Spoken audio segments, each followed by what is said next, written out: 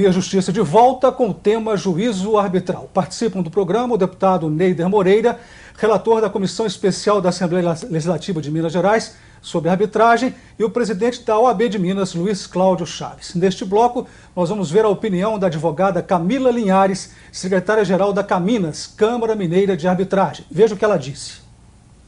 As principais diferenças que nós podemos destacar são a especialidade do profissional, do árbitro, porque o árbitro é um profissional que domina aquela área a ser tratada, ele tem conhecimento técnico do assunto. Outra diferença considerável, a celeridade do procedimento. E na justiça comum sabemos que um processo judicial não tem prazo para determinar.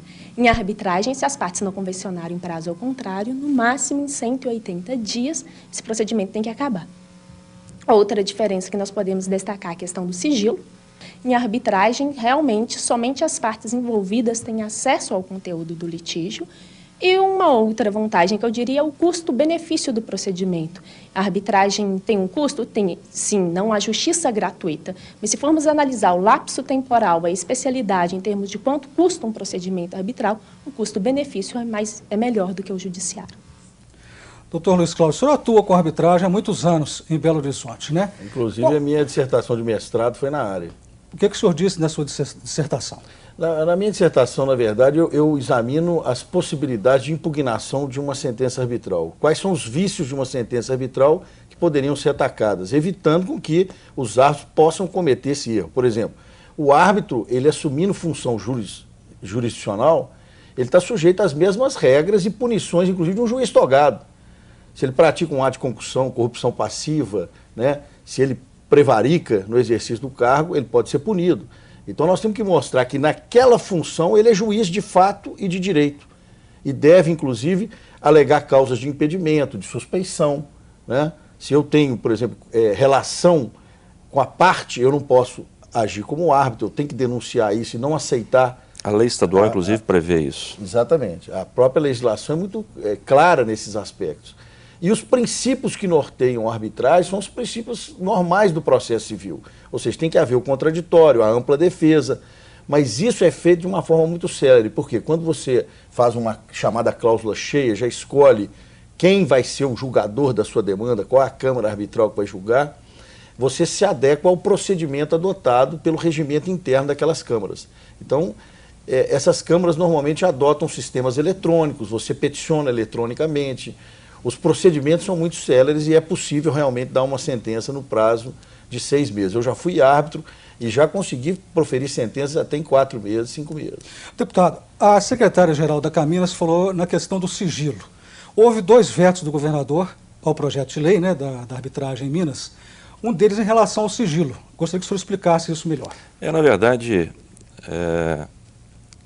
no bojo da lei, havia a previsão do sigilo para os casos comerciais e industriais. E, na verdade, o governador, com propriedade, vetou esse parágrafo, porque, na verdade, o sigilo ele é mais amplo, não é? Ele atinge também outras possibilidades. Então, eu acho que o veto do governador nesse parágrafo foi correto, não é? E a tendência é que a Casa mantenha o veto até por uma questão de coerência. O que o senhor acha desse veto, presidente? Não, eu acho que está de acordo com a lei federal, realmente o sigilo abrange todo o processo, porque o processo arbitral, ele realmente é uma das vantagens, como bem disse a Camila, né, é o sigilo. As partes são as únicas que têm acesso ao feito que tramita na Câmara Arbitral. Agora, deputado, o que o senhor acha da questão da Copa do Mundo e a arbitragem no Estado? Isso vai facilitar? Importantíssimo, importantíssimo. Nós estamos correndo contra o tempo, não é?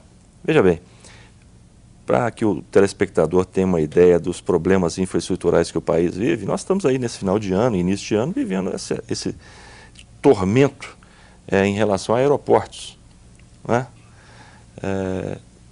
É preciso, é necessário que o governo federal privatize, concessione os aeroportos. Não é possível mais o turista, o viajante, o empresário, seja lá quem esteja se utilizando de um terminal aeroportuário, continuar passando o que está passando. né? É uma questão de defesa do consumidor, né? Extremamente importante. Os investimentos têm que vir. O capital tem pressa. A população quer um serviço de qualidade. E para isso é preciso que exista o capital privado, ajudando a fazer, a resolver os gargalos infraestruturais. Na questão da Copa do Mundo, nós estamos aí com data para início e término. Se não fizermos, vamos passar vergonha. Você imagina uma das etapas de reforma do Mineirão, por exemplo, alguma divergência judiciária ocorra entre a contratante e a contratada. Vai para o judiciário, demora 5, 6 anos, passou a Copa do Mundo. A Copa do Mundo já passou. Então, realmente, a arbitragem ela vai trazer essa celeridade necessária ao investimento do capital nessas obras, com garantia de que qualquer controvérsia será rapidamente solucionada. Temos um outro detalhe que eu acho que precisa ser abordado. A questão da Pampulha. Pampulha é um cartão postal de Belo Horizonte. Belo Horizonte luta para poder ter a partida inaugural da Copa.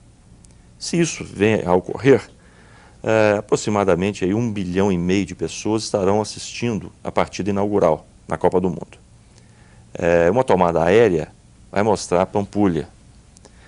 Nós queremos mostrar a Pampulha bonita, bem tratada, do ponto de vista de balneabilidade, né, possível, ou queremos apresentar uma Pampulha como está hoje. Além do mais, a Pampulha ela é uma contenção de águas pluviais. Se ocorre o seu assoreamento completo, nós passaremos a ter inundações periódicas do aeroporto da Pampulha e daqueles bairros ali na região da Pampulha. Temos que resolver essa questão.